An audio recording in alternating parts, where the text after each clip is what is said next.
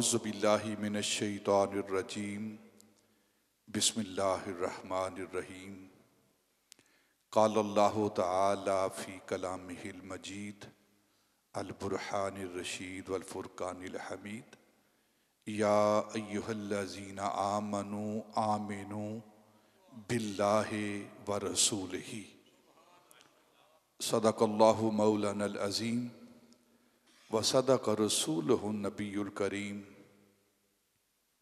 व नहनु अला ज़ालिका मिनश शाहिदीन व शाकिरीन वल्हम्दुलिल्लाहि रब्बिल आलमीन।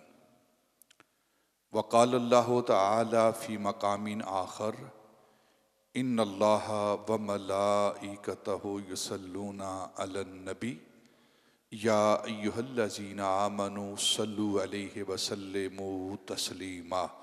इंतहाई मुअज़्ज़ज़ व मोहतरम सामईन, अरबाब अहले सुन्नत, अदब खुर्दगाने निगाहे मोहब्बत, कुरान मजीद बुरहान रशीद से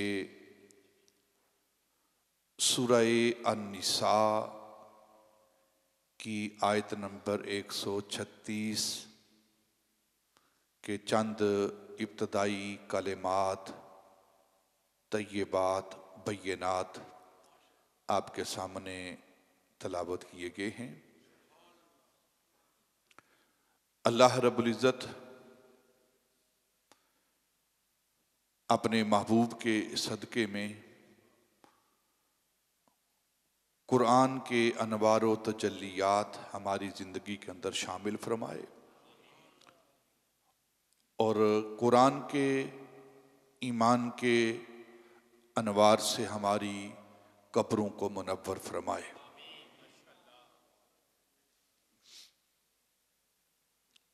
सूरह अन-निसा ये मुसहफ़ के एतबार से, किताब के एतबार से जो कुरान पाक हमारे पास मौजूद है, इस किताब के एतबार से कुरान पाक का चौथा सूरा है। चौथे नंबर पर ये सूरत है, सूरह अन-निसा। इस सूरत का शुमार मदनी सूरतों में होता है। ये मदनी सूरत है, यानी कि हिजरत के बाद जब नबी पाक सल्लल्लाहु अलैहि वसल्लम मदीनतुल मुनव्वरा आप तशरीफ़ ले गए तो मदीनतुल मुनव्वरा में ये सूरत नाज़िल हुई है। कुरान पाक की जो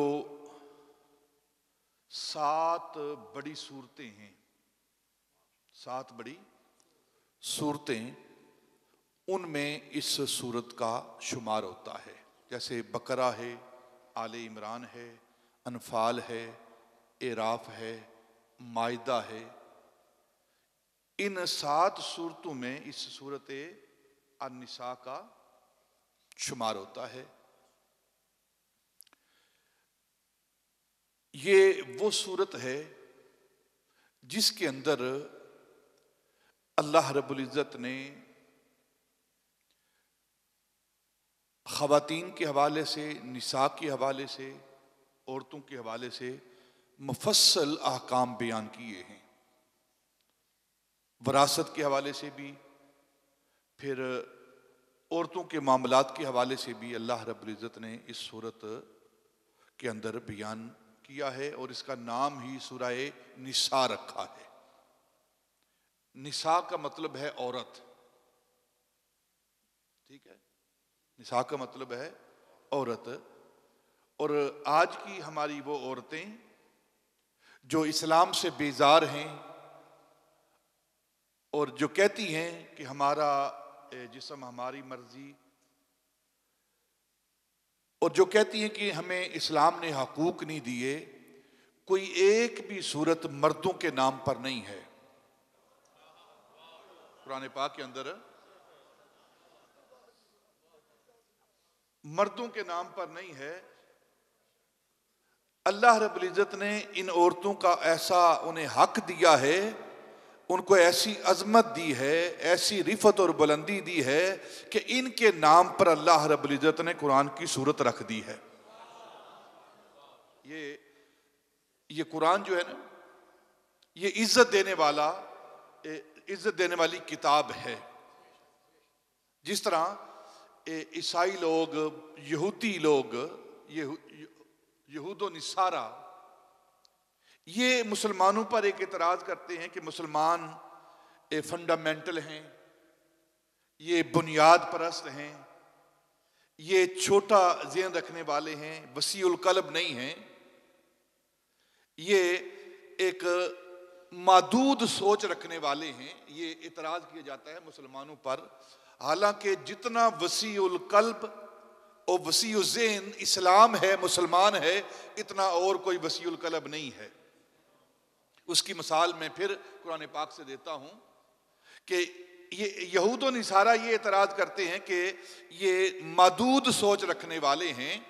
अगर हम मादूद सोच रखने वाले होते, अपने ही इस्लाम की बात करते, किसी और की बात ना करते, तो कभी भी अल्लाह रब्बुल इज़्ज़त कुरान पाक के अंदर सूरह मरियम ना लाता। सूरह मरियम ना लाता। हमने एक सूरह मरियम को पढ़ा है और अल्लाह रब्बुल इज़्ज़त ने इस सूरत को कुरान के अंदर लाकर इस बात का इजहार किया है कि जितना वसीउल ज़र्फ़ और वसीउल कल्ब और वसीउल ज़हन इस्लाम है, इससे ज्यादा वसअत किसी मजहब के अंदर नहीं है। इसी तरह सूरह निसा को लाकर अल्लाह रब्बुल इज़्ज़त ने मुआशरे की इन औरतों को पैगाम दिया है कि तुम कहती हो कि हमें इज्जत नहीं देता इस्लाम, बराबरी के हकूक नहीं देता। देखो अल्लाह रब्बुल इज़्ज़त ने कुरान पाक के अंदर मर्दों के नाम पर सूरत नहीं रखी, बल्कि औरतों के नाम पर सूरत रखी है। ये हकूक है। और वो औरतें जिनको पैदा होते ही दफन कर दिया जाता था, जिनको पैदा होते ही मनहूस समझकर, मुआशरे पर बोझ समझकर, जिनको पैदा होते ही जमीन के अंदर गाड़ दिया जाता था ना, इस्लाम उन औरतों को, उन मस्तूरात को इज्जत दे रहा है, उनको इज्जत दे रहा है। अगर इस्लाम ने इज्जत नहीं देनी तो फिर किस मजहब ने तुम्हें इज्जत दी है? तो ये सूरह निसा है, जो बड़ी सूरतें हैं कुरान पाक की, 7 बड़ी सूरतें, उनमें इसका शुमार होता है। कुरान पाक की सूरतों की तरतीब है, उलमा ने बयान किया है कि जिस सूरत के अंदर 100 से ऊपर आयात हों, 100 से ज्यादा आयात हों, ऐसी सूरत को कुरान पाक की इस्तिलाह में, उलूम कुरान की इस्तिलाह में मे'न कहते हैं।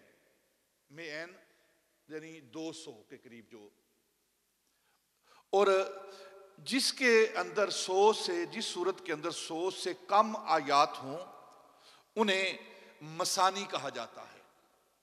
ये एक कुरान के उलूम हैं, कुरान के उलूम हैं। हम दुनिया के उलूम, फिजिक्स, केमिस्ट्री पढ़ते हैं, लेकिन कुरान के बारे में हम नहीं पढ़ते। 100 से कम आयात वाली जो सूरतें हैं उन्हें मसानी कहा जाता है। और फिर उससे जो कम आयात वाली सूरत है उसे मुफस्सल कहा जाता है। मुफस्सल कहा जाता है, मुफस्सल कहते हैं तफसील। 100 से कम आयात वाली सूरतें उनको मसानी, और फिर और जो कम आयात होते हैं जिस सूरत के अंदर उन्हें मुफस्सल कहा जाता है। और इसकी 3 किस्में हैं, एक तवाले मुफस्सल, एक उसाते मुफस्सल और एक किसारे मुफस्सल। और जो हुक्म है कि फजर की नमाज के अंदर जो किरात की जाती है वो तवाले मुफस्सल की आयात सूरतों की किरात की जाती है फजर की नमाज के अंदर, यानी कि फजर के अंदर लंबी सूरतें जो है वो पढ़ी जाती हैं। उसाते मुफस्सल क्या है? जो दरमियानी तफसीली सूरतें हैं। और किसारे मुफस्सल जो बिल्कुल मुख्तसर, आयात के एतबार से मुख्तसर और मफहूम के एतबार से बहुत मुफस्सल, उन्हें किसारे मुफस्सर कहा जाता है। ये कुरान पाक की सूरतों और आयात के हवाले से उलूम हैं जिसको उलमा ने बयान किया है। ये सूरह अन-निसा का शुमार भी कुरान पाक की जो 7 बड़ी सूरतें हैं उसमें इसका शुमार होता है। और अल्लाह रब्बुल इज़्ज़त ने इस सूरत के अंदर ईमान वालों को हुक्म दिया है, या अय्युहल्लज़ीना आमनू आमिनू, ए ईमान वालो ईमान लाओ। ए ईमान वालो, या अय्युहल्लज़ीना आमनू आमिनू, अमर हुक्म दिया जा रहा है, ए ईमान वालो ईमान लाओ। अक्ल का, शऊर का, फहम का, इंसानी सोच ये सोचती है का तकाजा ये था, सोच का तकाजा ये था कि हुक्म दिया जाता काफिरों को, ए काफिरो तुम ईमान लाओ, ए मुशरिको तुम ईमान लाओ, ए मुनाफिको तुम ईमान लाओ। लेकिन यहां ना मुनाफिकों से खिताब है, ना काफिरों से खिताब है, ना मुशरिकों से खिताब है। खिताब किससे अल्लाह फरमा रहा है? खिताब फरमा रहा है ईमान वालों से, या अय्युहल्लज़ीना आमनू आमिनू, ए ईमान वालो तुम ईमान लाओ, तुम ईमान लाओ। तो उलमा मुहद्दिसीन कहते हैं कि अल्लाह रब्बुल इज़्ज़त ने ये जो फरमाया है ए ईमान वालो तुम ईमान लाओ, तो इसका माना क्या है? ए इजमाली ईमान वालो तफसीली ईमान लाओ। ए इजमाली ईमान वालो तफसीली ईमान लाओ, ए तकलीदी ईमान वालो ताहकीकी ईमान लाओ,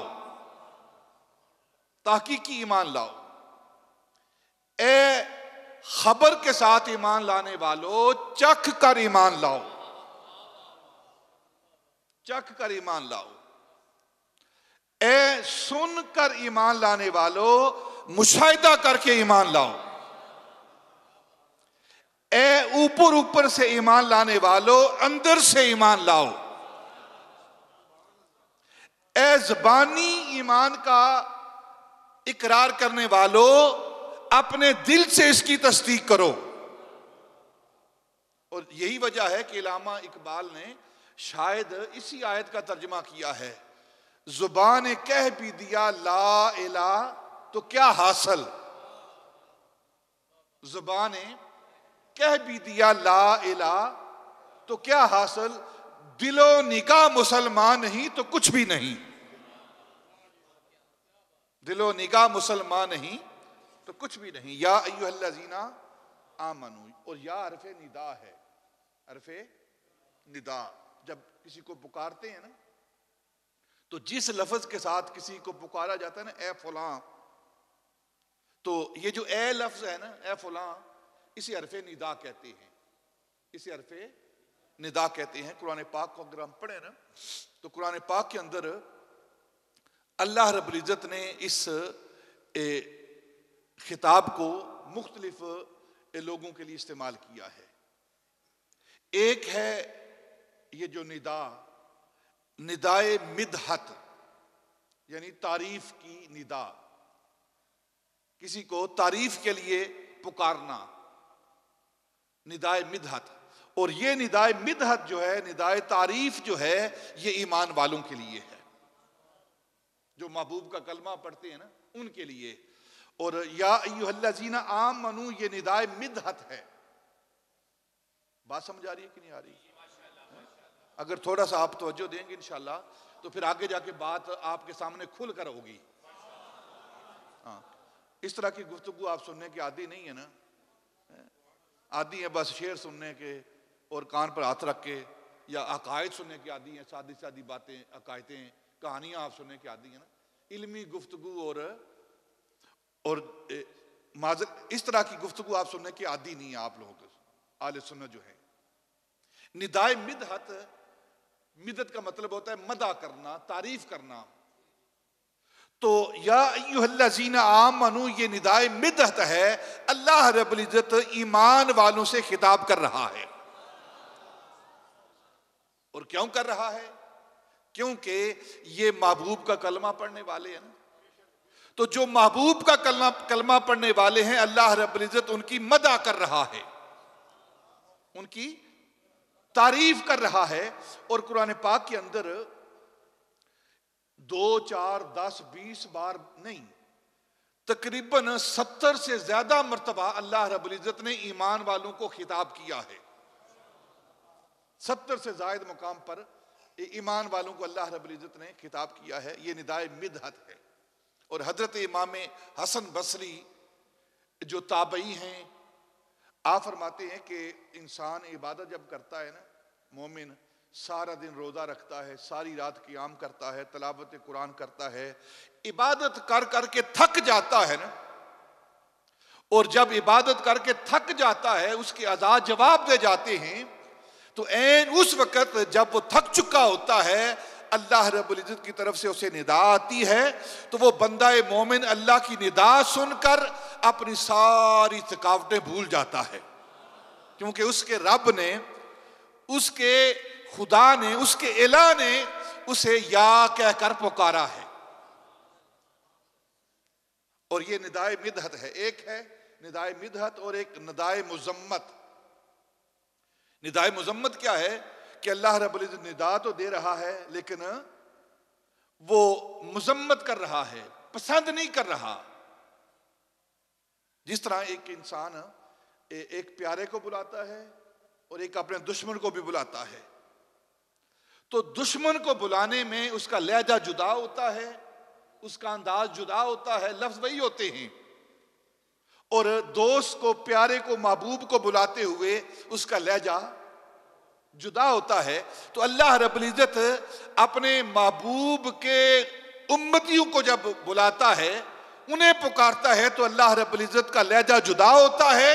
और महबूब के दुश्मनों को जब बुलाता है, या अय्युहल काफिरून, तो उस वक्त अल्लाह रब्बुल इज्जत का लहजा जुदा होता है। तो जो काफिरों को बुलाया जाता है, निदा दी जाती है, ये निदाए मुजम्मत है, निदाए मुजम्मत है। और फिर कहीं निदाए जिनसियत है, जिन्स। और जैसे या अय्युहल इंसान मा गर्रका बिरब्बिकल करीम, ये निदाए जिनसियत है। और कभी निदाए नोई होती है, जैसे या बनी इसराइल, या बनी आदम। और कभी अल्लाह रब्बुल इज्जत निदाए मोहब्बत देता है, निदाए मोहब्बत देता है। और ये निदाए मोहब्बत जो है, अल्लाह रब्बुल इज्जत अपने महबूब को देता है। या अय्युहन नबियो, या अय्युहर रसूल, या अय्युहल मुजम्मिल, या अय्युहल मुदस्सिर, ये सारी निदाए मोहब्बत है। और ये कलाम फकत अल्लाह रब्बुल इज्जत अपने महबूब से करता है, अपने महबूब से करता है। तो अल्लाह रब्बुल इज्जत इस मुकाम पर या अय्युहल्लज़ीना आमनू आमिनू, ए ईमान वालो ईमान लाओ। यानी क्या मतलब कि ऊपर ऊपर से अपने आप को मोमिन कहने वालों, अंदर से मोमिन बन जाओ। मेरा ख्याल है ये आयत आज के दौर के लिए है, आज के दौर के लिए है। अल्लाह रब्बुल इज्जत का कलाम अजली है और अबदी है। आज हमारी जो कैफियत है ना, ऊपर से अपने आप को हम नाम के मुसलमान जरूर हैं, नाम के मुसलमान हम जरूर हैं, लेकिन अमल के मुसलमान हम नहीं हैं। और अगर आपने इसका अंदाजा करना हो, तो जो रात गुजरी है ना, रात जो गुजरी है, वो आपने देखा होगा कि हमने क्या किया है। जिसे हम कहते हैं न्यू ईयर नाइट आई है, खुशियां मनाई हमने, फायर वर्क किया है, ढोल धमाके किए, पटाखे चलाए हैं। हालांकि उम्मत मुसलमा के लिए, ईमान वालों के लिए ये रात एक कैसी रात थी? अल्लाह के हुजूर सजदा रेज होने की रात थी, नबी पाक की बारगाह में दुरूद भेजने की रात थी। तो वो लोग जो आज की रात, जो गुजरी हुई रात है, मैंने मंजर देखा है एक रात को, जब रात के 12 बजे ना अगला दिन जब चढ़ता है, अगला हिस्सा आता है रात का। हालांकि इस्लामी पॉइंट ऑफ व्यू से ये जो अगला दिन आता है वो रात 12 बजे के बाद नहीं आता, गुरूब आफ्ताब के बाद, गुरूब आफ्ताब के बाद ये अगले दिन का आगाज होता है। अगला दिन गुरूब आफ्ताब के साथ होता है। रात 12 बजे के बाद अगला दिन शुमार नहीं होता मुसलमानों के नजदीक, इस्लाम वालों के नजदीक। ये जो 2021 है ये सन ईसवी है हजरत ईसा अलैहिस्सलाम के हवाले से, वो भी तहकीक नहीं है, ये एक वैसे शुमार किया जाता है। और मुसलमानों के लिए हिजरी साल है, वो हिजरत का साल है। और जो लैलो नहार का निजाम है वो सूरज के साथ है, घंटों के साथ नहीं है। जो अल्लाह रब्बुल इज्जत ने दिन और रात का निजाम बनाया है ना, ये दिन और रात का निजाम ये चांद और सूरज के साथ है। सूरज गुरूब होता है तो रात हो जाती है, और जब सूरज तुलू होता है तो दिन आ जाता है, दिन निकल आता है। तो ये अल्लाह रब्बुल इज्जत ने जो निजाम बनाया है वो दिन और रात का निजाम ये सूरज के साथ है। सूरज के गुरूब होने के साथ रात आती है और सूरज के तुलू होने के साथ दिन आता है। ये रात को 12 बजे, दिन को 12 बजे, ये इस्लाम का निजाम नहीं। और मुसलमान उस वक्त खुशियां मनाता फिरे जो इस्लाम का निजाम ही नहीं। और फिर रात को मैंने मंजर देखा है, वल्लाह बिल्लाह, मिंबर पर बैठा हूं, मस्जिद में बैठा हूं, मैंने एक मंजर देखा, मैं पढ़ रहा था रात को उस वक्त, तो ऐन जब 12 बजे तो मैंने हर तरफ से पटाखे चलने की आवाज़, शुरलियाँ चलने की आवाज़ मैंने सुनी, ढोल ढमक्के की आवाज़ सुनी, नारे लग रहे हैं, बाहर खुशियाँ मना रहे हैं।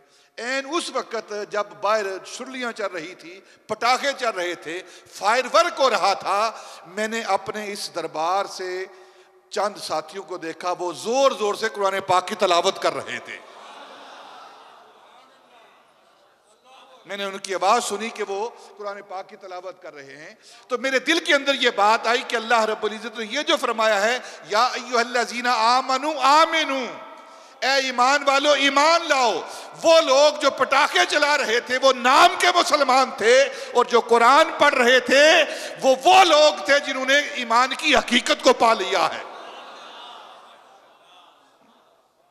वो देखकर सुनकर ईमान लाने वाले थे, ये चख कर ईमान लाने वाले थे।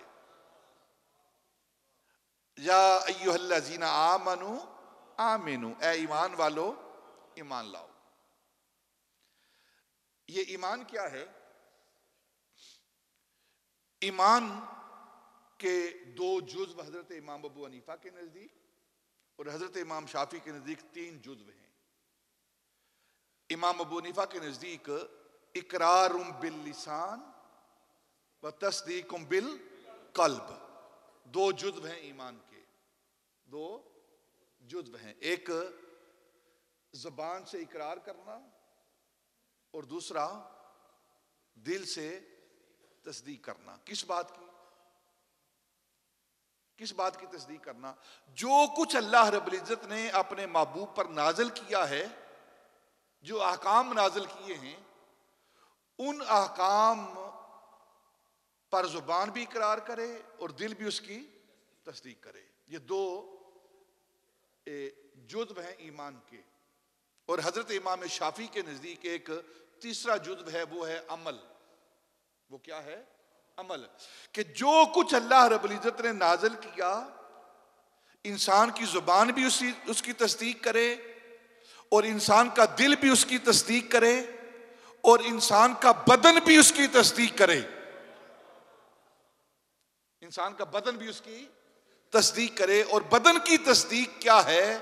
बदन की तस्दीक उस पर अमल है, उस पर अमल है। और उलमा लिखा है कि जिसके इकरारुम बिल लिसान, जुबान के इकरार में खलल हो, उसे काफिर कहते हैं, उसे काफिर कहते हैं।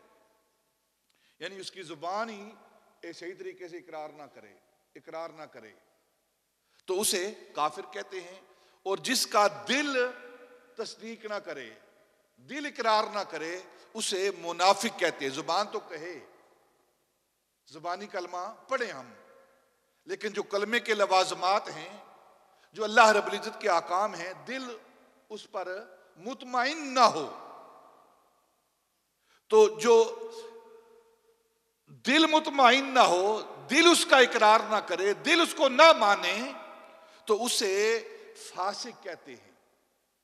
वो फासिक है, वो मुनाफिक है, वो मुनाफिक है। और जिसका बदन उसका इकरार ना करे, यानी उस पर अमल ना करे, उसे फासिक कहते हैं।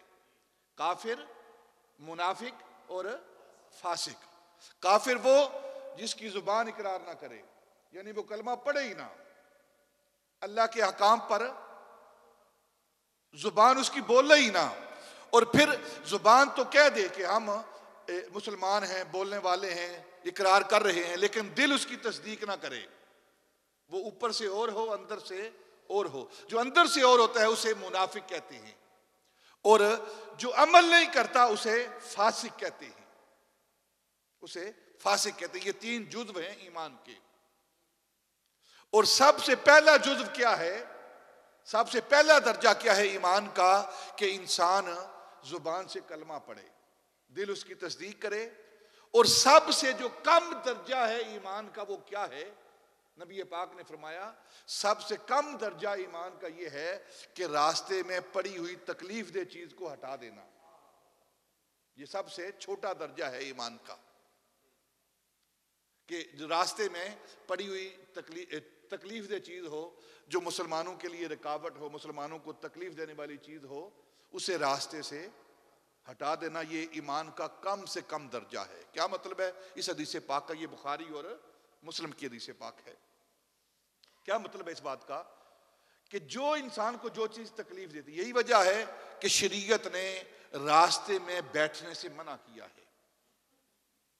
रास्ते में बैठने से मना किया है कि तुम चौराहे के अंदर, रास्ते के अंदर, सड़क के ऊपर नहीं बैठोगे। क्यों नहीं बैठोगे?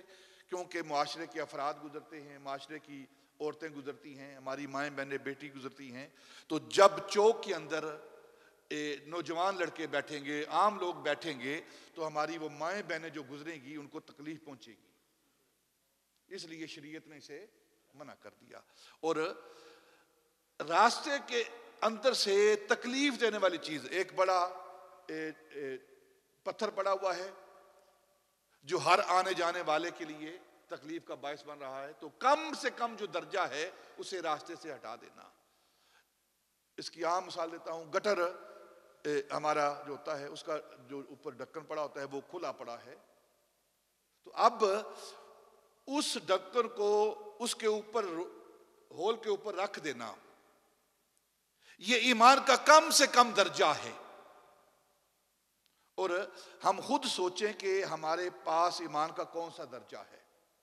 क्या हम रास्ते की तकलीफ दे चीज को हटाते हैं, या रास्ते के अंदर वो तमाम चीजें रखते हैं जिससे मुसलमानों को, गुजरने वालों को तकलीफ होती है। फिर हम जो गाड़ी चलाते हैं, मोटरसाइकिल चलाते हैं, क्या वो अपने दूसरे भाइयों को हम राहत देते हैं, आसानी देते हैं, या उनको तकलीफ देते हैं? ये बातें हमने सोचनी है, यहां बैठ कर नहीं, मस्जिद के अंदर बैठ कर नहीं, बाहर रोड के ऊपर जाकर। आप जब रोड के ऊपर जाते हो तो देखते हो क्या हालत होती है वहां। अपने आप को मुसलमान भी कहते हैं ना, मोमिन भी कहते हैं, और फिर तकालीफ भी देते हैं। यही वजह है कि अल्लाह रब्बुल इज्जत ने कुरान पाक के अंदर इरशाद फरमाया, या अय्युहल्लज़ीना आमनू आमिनू, ए ईमान वालो ईमान लाओ। सिर्फ जुबानी ना पढ़ो, जुबानी अपने आप को मुसलमान ना कहो, बल्कि अमली तौर पर अपना मोमिन होना साबित करो। और इस पर मैं एक हदीस पाक बुखारी और मुस्लिम की, ये ईमान वाले कैसे, सबसे कीमती जो सरमाया है ना इंसान के लिए, ये सोना चांदी हीरे जवाहरात, इसकी कोई कीमत नहीं है ईमान के मुकाबले में। मुसलमान के लिए सबसे कीमती चीज क्या है? उसका ईमान है। मुसलमान के लिए, मोमिन के लिए सबसे कीमती चीज उसका ईमान है, जिसकी हिफाजत इंसान को करनी चाहिए। और मोमिन कैसे होते हैं? एक हदीस पाक हम अपना भी जायजा लें, क्योंकि इस साल का आगाज है ना, एक नए साल का आगाज कर रहे हैं, तो हमें अपना जायजा लेना है, मुहासबा करना है हमने अपना, कि हमने पिछले साल क्या खोया है, जो साल गुजर गया है, क्या पाया है, क्या मामलात हुए हैं, और आइंदा हमने कैसे अपनी जिंदगी को गुजारना है, आइंदा साल किस तरह गुजारना है। और अगर उसी तरह गुजार दिया जिस तरह पिछले साल गुजरे हैं, तो नबी पाक सल्लल्लाहु अलैहि वसल्लम की हदीस पाक है, जिसका गुजरा हुआ कल और आज बराबर हैं, बराबर हैं, यानी कि जो कल गुजर गया है और आज जो गुजर रहा है, अगर ये दोनों दिन बराबर हैं तो इंसान खसारे में है। यानी कल भी 100 नेकियां की थी और आज भी 100 ही नेकियां हैं, तो वो इंसान खसारे में है। और हम क्या करते हैं, कल 50 गुनाह थे और आज 60 हो गए हैं, और फिर कहते हैं हम फला पा रहे हैं।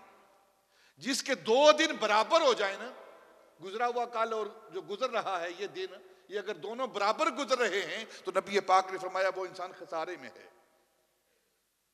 तो हमने जो पिछले 20 साल, 50 साल, 60 साल, 70 साल, जितनी भी किसी की उम्र है, वो गुजार दिए हैं, अगर वो साल और फिर आने वाला साल अगर ये बराबर है, तो फिर खसारे की जिंदगी हम गुजार रहे हैं।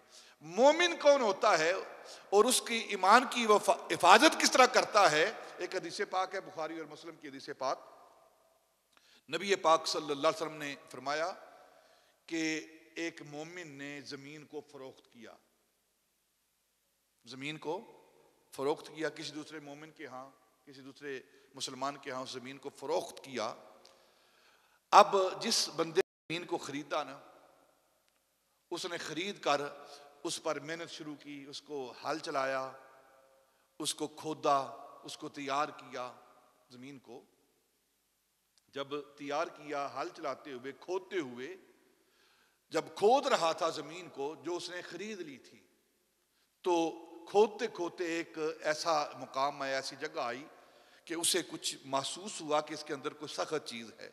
जब उसने और खोदा तो उसके अंदर एक बहुत बड़ी देग, बहुत बड़ा एक बर्तन वो उसे मिला, और जब उसने उस बर्तन को बाहर निकाला तो वो सोने से भरा हुआ था। वो सोने से भरा हुआ था। वो पूरी देग और पूरा बर्तन उसने जब निकाला, देखा सोने से भरा हुआ है, तो वो बंदा मोमिन उस देग को उठाकर, ये बुखारी और मुस्लिम की हदीस पाक है, वो पूरा देगचा उठाकर, पूरी देग उठाकर ना उस बेचने वाले के पास चला गया कि इस जमीन से ये खजाना निकला है, ये देग निकली है, इसके अंदर सोना, ये बुखारी और मुस्लिम की हदीस पाक निकला है, मैंने तुमसे जमीन खरीदी थी, इसके खजाने नहीं खरीदे थे, लिहाजा ये तुम्हें देता हूं, ये तुम्हारी मलकियत है, ये तुम्हारी मलकियत है, मैंने सिर्फ तुम्हारी जमीन की कीमत दी थी, जो इसके अंदर खजाने दफन है वो मैंने नहीं खरीदे थे तुमसे, सिर्फ जमीन खरीदी थी।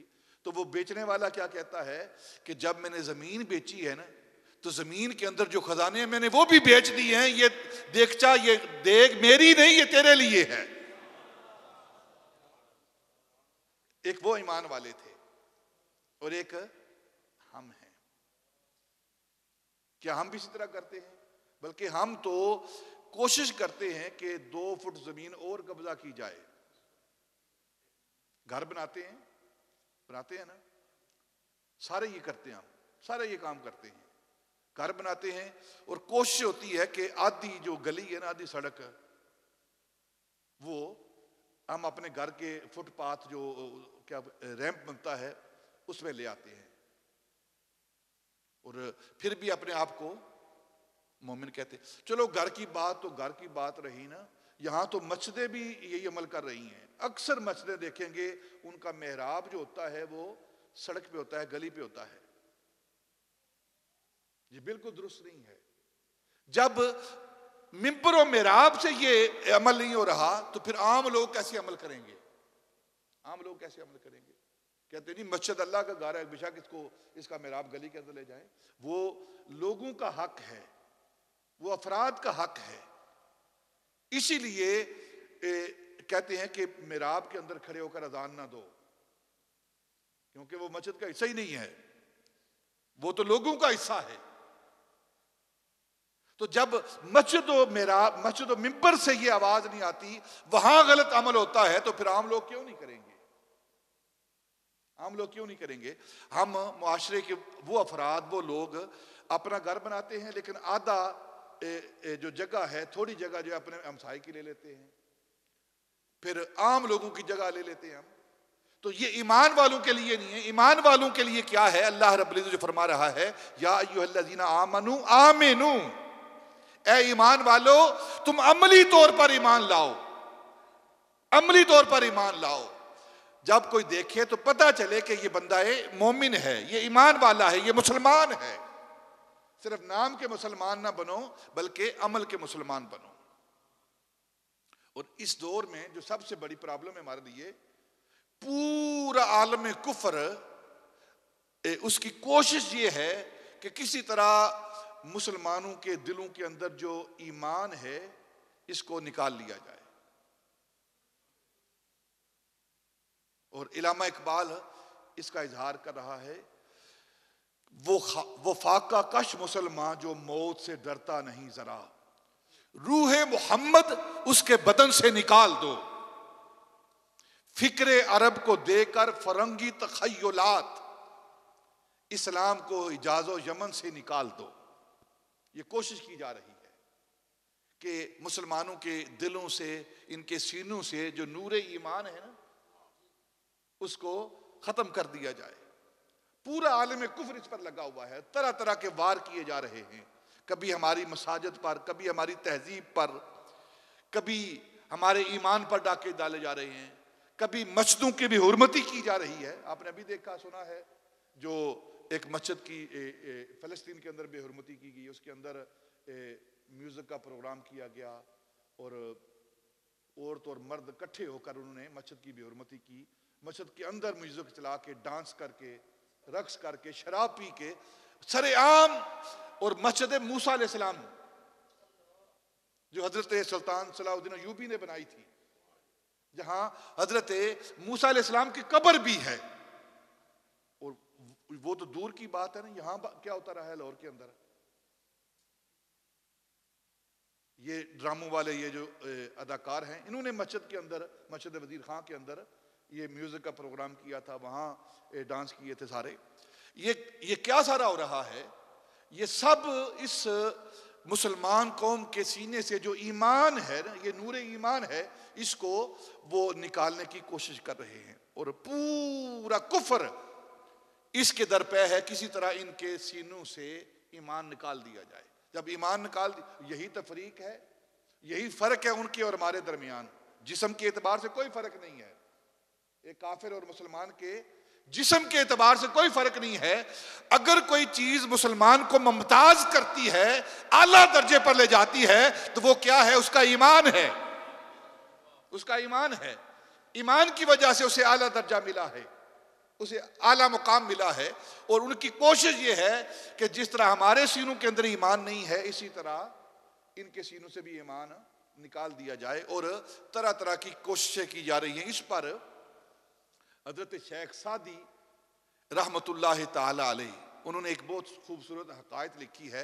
कहते हैं कि एक छोटा बच्चा, माँ उसके साथ बड़ा प्यार करती थी, माँ बड़ा प्यार करती थी, और माँ ने अपने प्यार की वजह से उस अपने छोटे नन्हे बच्चे को एक सोने की अंगूठी बना के दी, सोने की अंगूठी बना के दी।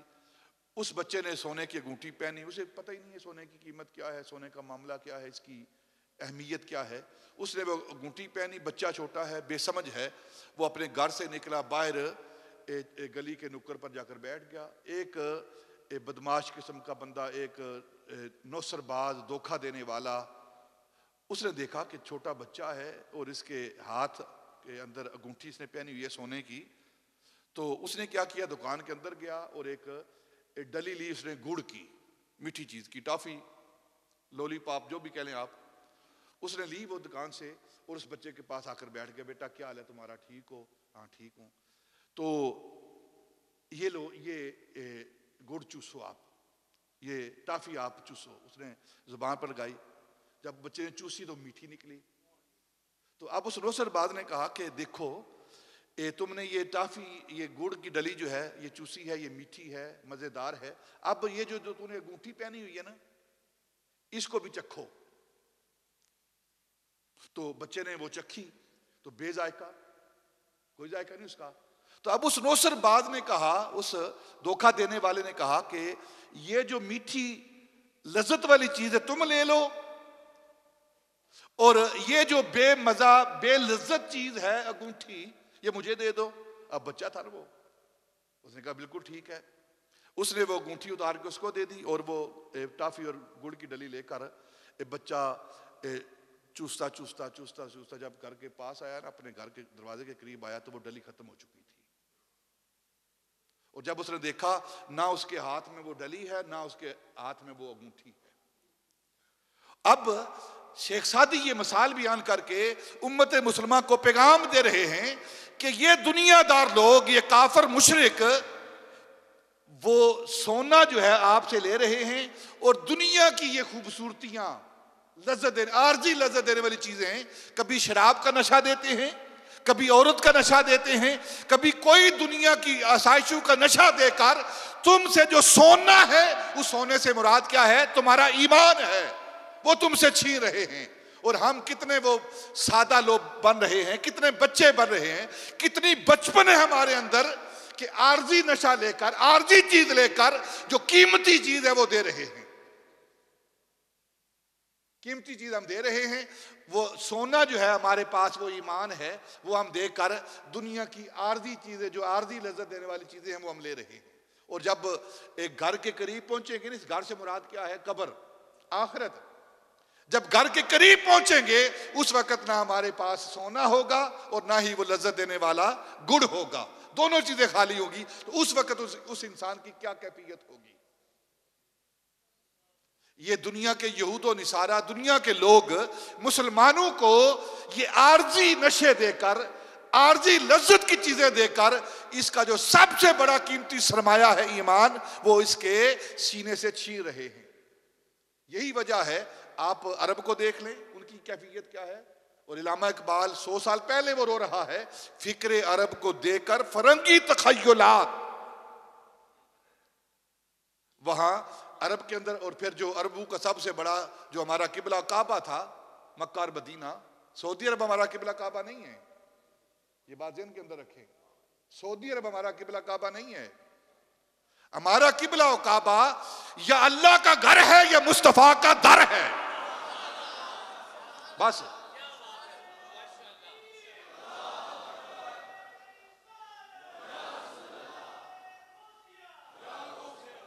और मैं अक्सर ये बात कहता रहता हूं कि मुसलमानों के सबसे बड़े दुश्मन दो मुल्क हैं, दो मुल्क हैं मुसलमानों के सबसे बड़े दुश्मन, एक सऊदी अरब और एक ईरान।